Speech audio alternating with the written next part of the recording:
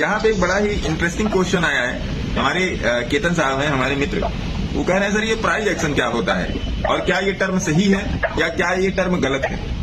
अब इस टर्म को ऐसे समझिए, प्राइस एक्शन मूल्य का जो है क्रियाकलाप क्या है, मूल्य का क्रियाकलाप। जैसे बोलते हैं प्रोबेबिलिटी, जैसे बोलते हैं प्रोबेबिलिटी, प्रोबेबिलिटी मतलब संभावना, और संभावना का अगला अर्थ क्या हुआ हिंदी में, शुद्ध हिंदी में तुक्का।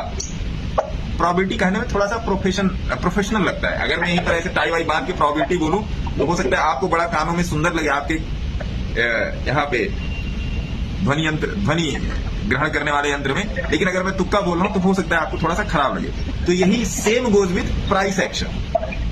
देखिए, हर प्राइस का एक एवरेज होता है, हर प्राइस का एक एवरेज होता है और प्राइस को उस एवरेज पे मारना जरूरी है।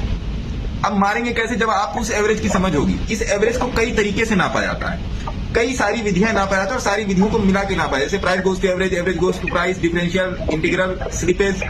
हल्ला मत कीजिए, ये हो गया एवरेज परसेंटाइल, बेन रेशियो, स्टैंडर्ड डेविएशन और किसी सप्लाई डिमांड, सपोर्ट, रेजिस्टेंस, कई तरीके से प्राइस को नापा जाता है। लेकिन उसमें एक्शन क्या क्या करना है, एक्शन कौन सा लोग दिखा रहा है। एक्शन वो जो ट्रेंड लाइन खींच रहा है, जो डब्लू और गबलू को फॉलो कर रहा है, वो लोग ज्यादा एक्शन इसमें दिखाता है ना। मैं नहीं कह रहा हूं सही है गलत है, मैं अपना व्यू दे रहा हूं, ये मेरा पर्सनल व्यू है। मेरा जो अभी तक प्राइस एक्शन के साथ जो एक्सपीरियंस रहा है, मेरा एक्सपीरियंस यही कहता है कि अनटिल और अनलेस जब तक आप प्राइस के एवरेज को नहीं पकड़ोगे तब तक कोई भी एक्शन कर लो, किसी भी एक्शन में चले जाओ, आप उसमें काम कर ही नहीं सकते।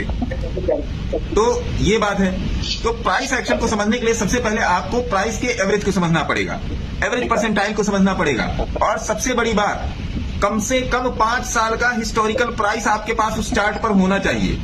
अगर आप बेन रेशियो को समझना चाहते हो प्राइस एक्शन में, तो कम से कम आपके पास 5 साल का चार्ट होना चाहिए किसी भी स्टॉक का। Any stock monthly time frame पे 5 साल का आपके पास डेटा होना चाहिए।